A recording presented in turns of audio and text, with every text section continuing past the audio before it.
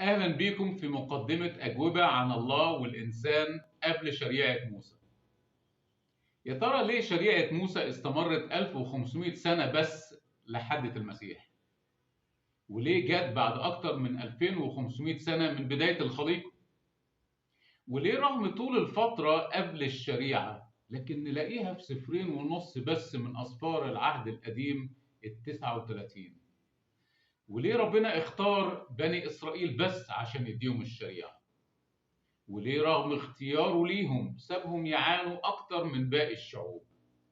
وإيه الجديد في الوصايا العشر؟ لما الناس كانوا عارفين الخير والشر عن القتل والزنا والسرقة والكذب والشهوة آه، وإكرام الوالدين من قبل كده. وإيه الفرق بين الوصايا العشر بتفاصيلها ال 613 وبين قوانين شريعة حمورابي ال 282 واللي جت قبل موسى بحوالي 300 سنة؟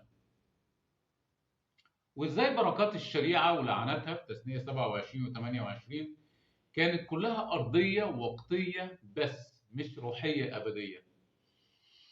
وليه الرسول بولس قال في رسالته الى كنيسه روميا في اصحاح 5 ان ربنا ما كانش بيعاقب الناس في الارض على اعمالهم قبل الشريعه؟ وهل اهلاك الناس بالطوفان واهلاك اخرين في سدوم وعموره ما كانش عقاب قبل الشريعه؟ ولا كان رحمة ربنا ليهم عشان يقصر معاناتهم اللي كانت بتحصل لهم بسبب دايرة الشر اللي ما كانوش قادرين يخرجوا منها؟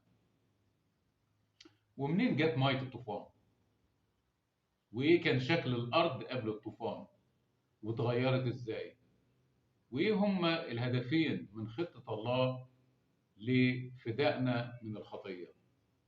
وأسئلة أكتر من كده بكتير بنناقشها في الكورس، فافتكر احتفظ بالفيديو وشاركه مع أصحابك.